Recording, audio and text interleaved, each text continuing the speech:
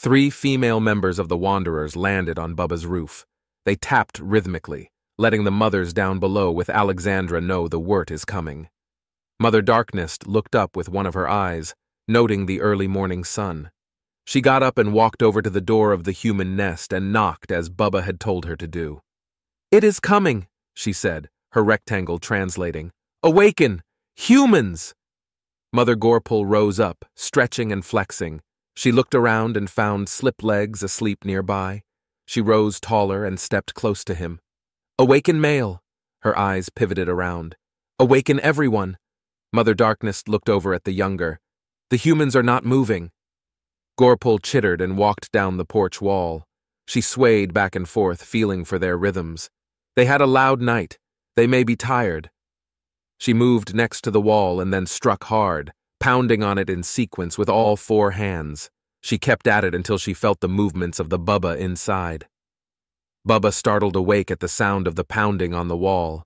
He looked over at Alexandra as she started stretching beside him. He leaned over, kissing her. "You can sleep. I'll check on them."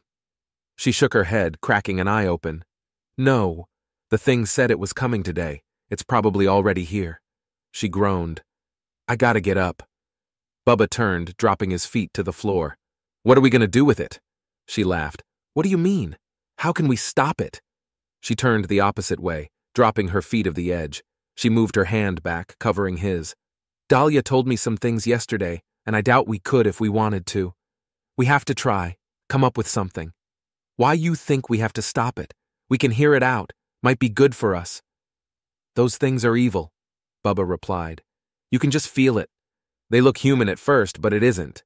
It's absolutely wrong. Yeah, you said that last night. You gotta see it from outside of us, you know? Like you do with your buddies." He shook his head. "Puss, he's harmless. This thing, it could kill us at a whim if it wanted." Alexandra stretched her left arm, feeling the soreness in the shoulder. "Yeah, they're harmless." Bubba turned and hugged her. "I'll throw some pants on and see what we got going. Don't cause anything. Keep it calm." He nodded and stood up. He walked over to the pile on the floor and pulled on a pair of pants. He stepped out into the hall and smelled the coffee. He looked back toward Alexandra. "I think Dahlia is already up." She laughed, her bare chest exposed over the blankets. "She probably didn't even sleep." He smiled at her, noting the bulge in her belly. "You're looking good." She smiled back at him and shook her head. "Go get you a cup. Let me know how it is out there." He nodded and went down the hall. Dahlia met him at the opening to the living area, cup in hand. "Figured we should make an entrance together." He moved his head back toward the hall. "Lexi is still getting dressed." He looked over toward the front door. "What armaments should we take?" Dahlia took a sip from her coffee and moved over toward a stool. "None." He laughed. "I'm thinking my crucible will work. Take him out if need be." She sat her coffee down and looked at him. "Where would you shoot it?" He stared at her for a moment and then chuckled. "In the head, of course. I'm a pretty badass shot.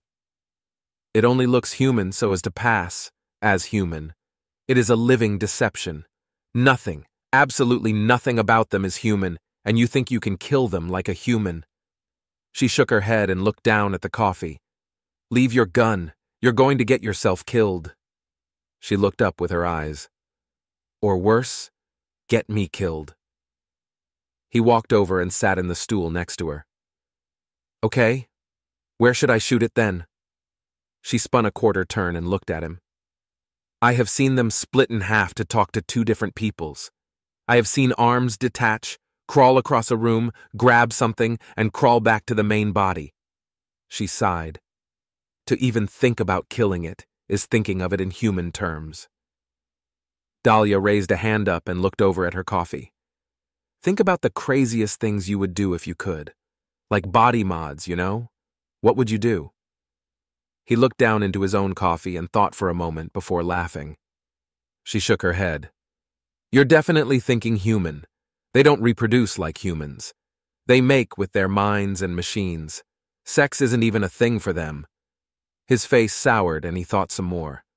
"I'd put weapons in my body." She nodded. "Good start. Now times that by 1,000,000, and that is how far ahead of you it is on the topic.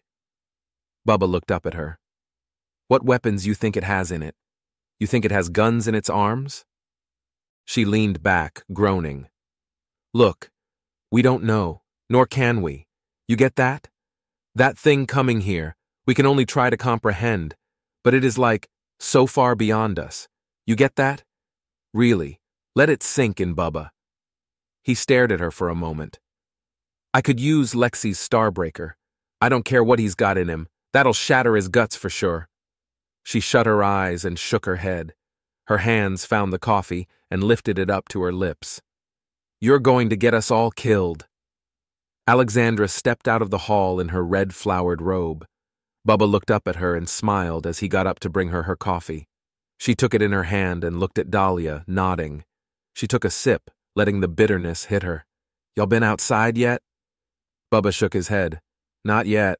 Figured they know we're up. Stopped with the banging and all. Alexandra sighed and looked toward the door. Think it's out there? Dahlia nodded. Most likely. They're usually pretty punctual. Alexandra looked over at her. You have any tips going into this? Dahlia glanced at Bubba. Don't let him shoot it. Alexandra looked at her husband. Be ready for anything, but don't start nothing. Bubba took a deep breath, staring at her. Yes, wife. He laughed. Queen of the spiders. I am at your bidding. She shrugged and took a step toward the door, the cup in her left hand. She opened it and stepped out. Dozens of eyes shifted toward her. She looked around, noting the amount of webbing strung between the posts, and then she saw it. Wirt was standing on the bow of his craft with Kurt, Jacobs, and Michael running it. The thing had its hand up, motionless, staring at her. She raised her right hand up, giving it a half wave. It opened its mouth. Permission to dock? She looked around at the legion of females on the porch. They shifted as her eyes landed on them. She looked back at the synthetic man. You unarmed? He shrugged. As much as I can be, he hollered back. She shook her head and took a sip of her coffee, turning toward her rocking chair. Whatever, pull on up, she said, waving him closer. Bubba stepped out the door with his Starbreaker hung on his shoulder. He looked around, meeting Pusdot's gaze, and then looked at Wirt as it approached. He stepped over next to Alexandra and stood, watching the craft close in. Kurt spun it around, the length of the craft along the porch. Jacobs threw a rope across and it was taken up in a dozen Xenoarch hands as they wound it around a post. Jacobs paused for a second, watching their hands deftly move.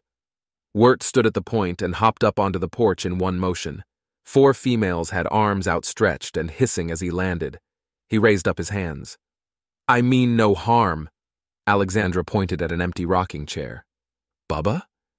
Bubba groaned and moved it across from her. Wirt smiled at the man and moved to the seat. He stilled it with his palm and in a fluid motion turned and sat in it. Thank you for having me. Records are showing you as Alexandra Gumphreys, correct? She nodded. Yes, sir. And you are Wirt? He nodded back at her, his face stretching in an eerie smile. She shook her head, waving a finger at him. Don't do that, you look gross. His face contorted back. What do you want, Wirt? He shifted, crossing his right leg over his left, looking up to note Dahlia standing in the doorway. I am here to learn and barter. He smiled at the woman. Miss Dahlia, pleasure to finally meet you. She smiled back. Alexandra snapped her fingers. Wirt looked back at her. You're talking to me, fella. He started to smile again. Am I? The mothers shifted, their daughters readying themselves. Wirt looked around, noticing the numbers of spider folk. You seem to have made a number of curious friends out here. She took a sip of her coffee. She lowered it back down and stared at him.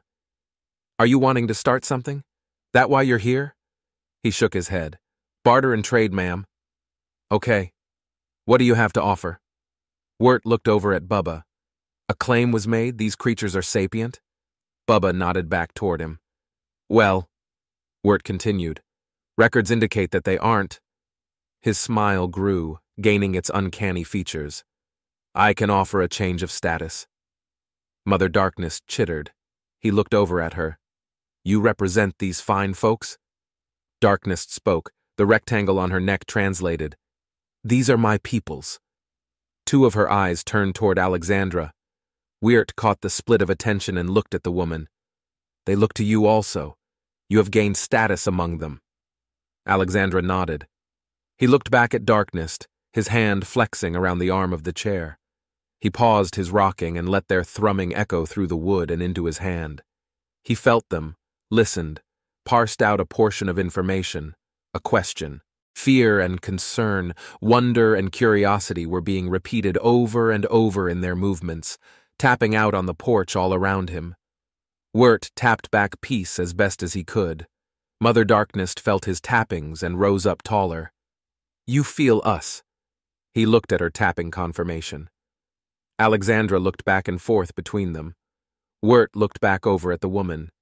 "I can get them protected status if that is something you wish." Alexandra looked around at the mothers and then back at the synthetic man. "And what do you want?" He put his hands together, dancing his fingers in front of himself for a moment. He waited the appropriate amount of time to indicate a well-thought-out response and replied, "I am constructing a factory here and I am looking to hire workers." He looked around at the xenoarchs. "I do not have machine resources en masse yet, and beings, such as yourselves, with adept fingers might be of use." Alexandra took a breath and looked over at Bubba for a moment. She then looked around and back at Wirt. "Workers? They barely know anything about human culture, and you want them working in a factory?" Wirt raised a finger. "I am not making any assumptions here. I do not intend for it to be a human factory, but rather a—" He looked over at Mother Darkness.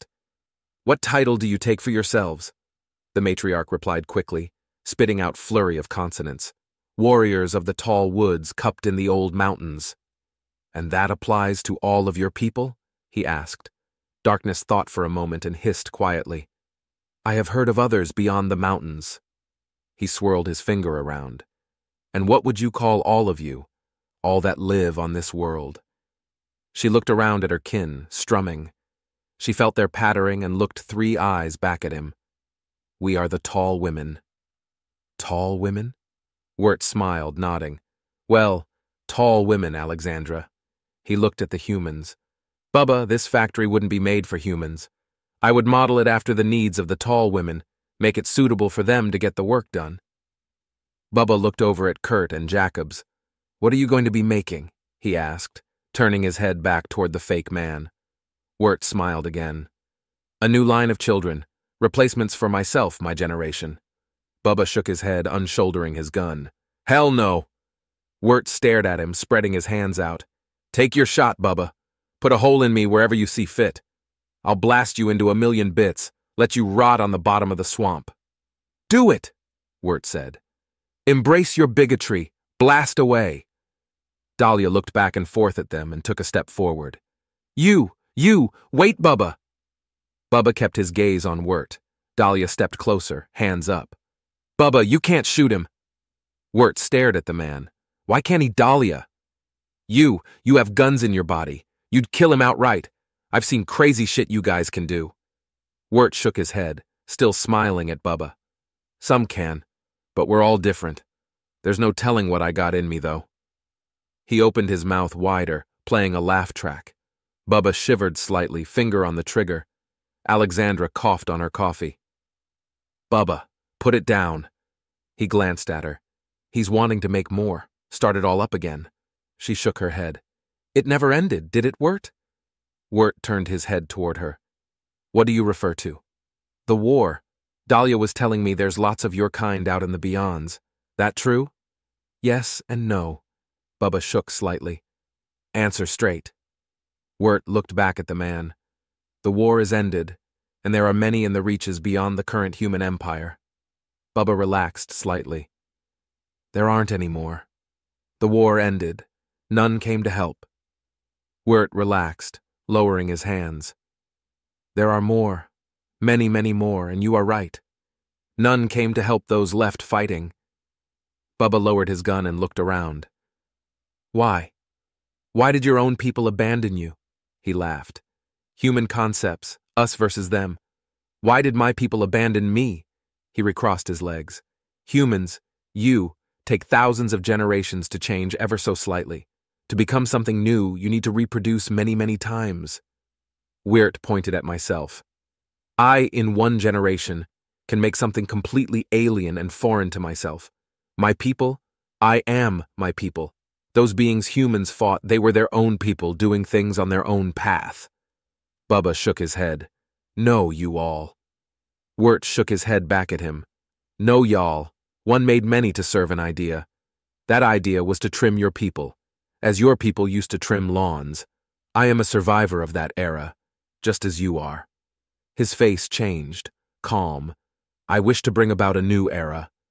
Alexandra raised a finger up, looking around. And this new era, what idea are you following? You going to start up the conflicts again? Wirt pointed at her and winked.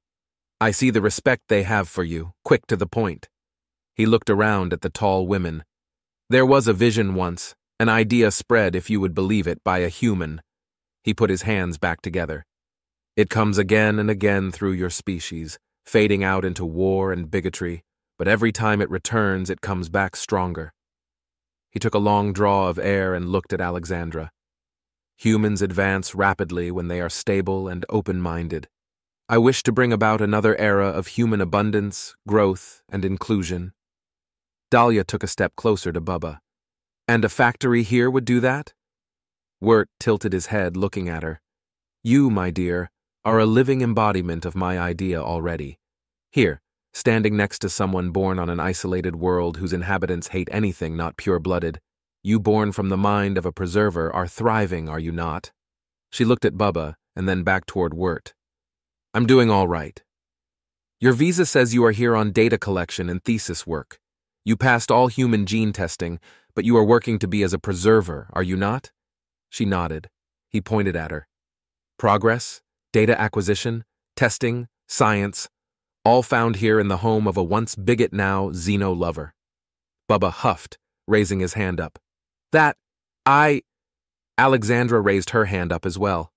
You serious about this? She asked, looking at Wirt. Wirt looked at Bubba and then toward her. Not just me, but those I answer to. They think humanity is about to have another growth spurt. And what? This factory is going to make that happen? Wirt nodded. In a roundabout way, yes. Mother Darkness rose taller. You have said many things are not coming across. What is a factory, this place you want us in? Alexandra looked at her for a moment and then turned toward Wirt. You don't have a lot of trust with us yet. I don't think we can do anything like what you are thinking. Wirt rocked back and forth for a moment. I am making a factory in the block of Birmingham. The plan was to make a new variation on my model, something humanoid. He looked over at Mother Darkness. Seeing your people, tall women, it has given me an inspiration. Your bodies are reminiscent of an Earth genus that thrives pretty much anywhere they go. They actively have to take measures to keep ships absolutely clean so as to not transport them, yet fail quite often. I am thinking on my children being based on your kind. He smiled again. Magnetic shielding, three-dimensional orientation, vibrational sensitivity, in body fabrication. Add in better optics and they would be a work of art. Bubba's eyes grew wider. You want to make synthetics like them? He raised a finger. I don't like that term, but yes. Silicon minds based on these tall women. He looked around, noting the smaller of the species. You are all not women, though. You have males, correct? Alexandra looked over at Poosdot. Are all humans man? Wirt nodded. True point. Guess it's an organic trait to take on the appearance of what is viewed as a dominant trait. I'll work with it. Mother Darkness looked around at her kin. It wishes to make a quiet one of us? Wirt nodded, rocking still. A bridge between worlds. Mother Gorpul stepped up, raising her body taller across from Darkness. It wants a thread between the nests. Another mother stepped forward. A thread to the Everlights? Darkness looked at Wirt. These factories? This work? Explain. He rose up from the chair slowly, eyes toward Bubba. He stood up, hands out peacefully. Well, in most civilized spaces, sustenance is a non-issue. Your people. He looked around at the hanging meat and woven ovens in place at the far corner of the porch. He calculated their biomass and looked back at the mother. You wouldn't have to worry about food. Help me get up and running, and I will be able to convert energy into carbs and proteins, whatever you need. As your people learn and progress, whatever needs you accrue, I will cater to. Gorpul looked around. We help you, and you will feed us? He nodded. She chittered. He wishes to be our male. Mother Darkness looked at Alexandra. You say we cannot trust this creature? She shook her head. They are notorious liars. They say whatever they think will get you to do what they want, and they are good at it. Darkness turned her eyes toward Wirt, focusing on him. We want what he is saying. That is very true. She tilted her head, stepping closer to the quiet man. The humans fear you. You are powerful. They attempt to quiet their shaking, but you make them ready to fight. Wirt smiled. Very true. You are like stone. Gorpul hissed slightly, her eyes darkening. No, it is like mud. Still, but there are things in it if you quiet and feel. Mother Darkness looked around with her eyes. Queen Alexandra, this one is powerful. We wish to further negotiations. Alexandra sighed and looked over at Bubba. He looked around at all the spider folk and turned toward Wirt. For all we know, you're going to grind them all up or something. Wirt stared back at him. I noticed quite a few cooked tall women in town hanging from hooks.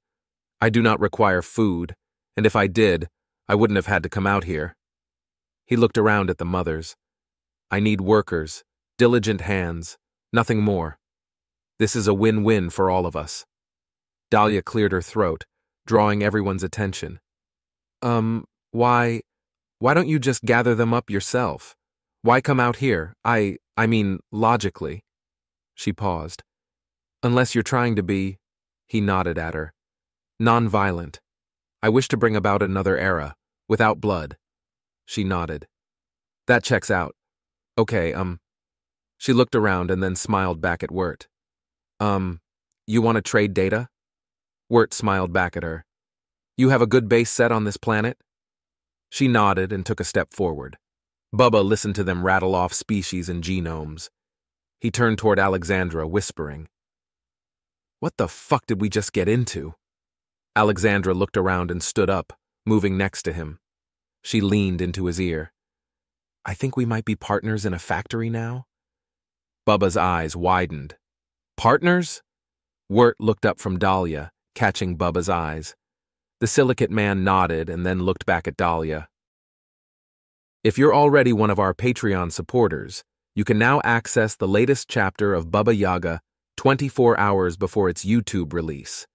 If you're interested in early access, follow the link in the pinned comment below.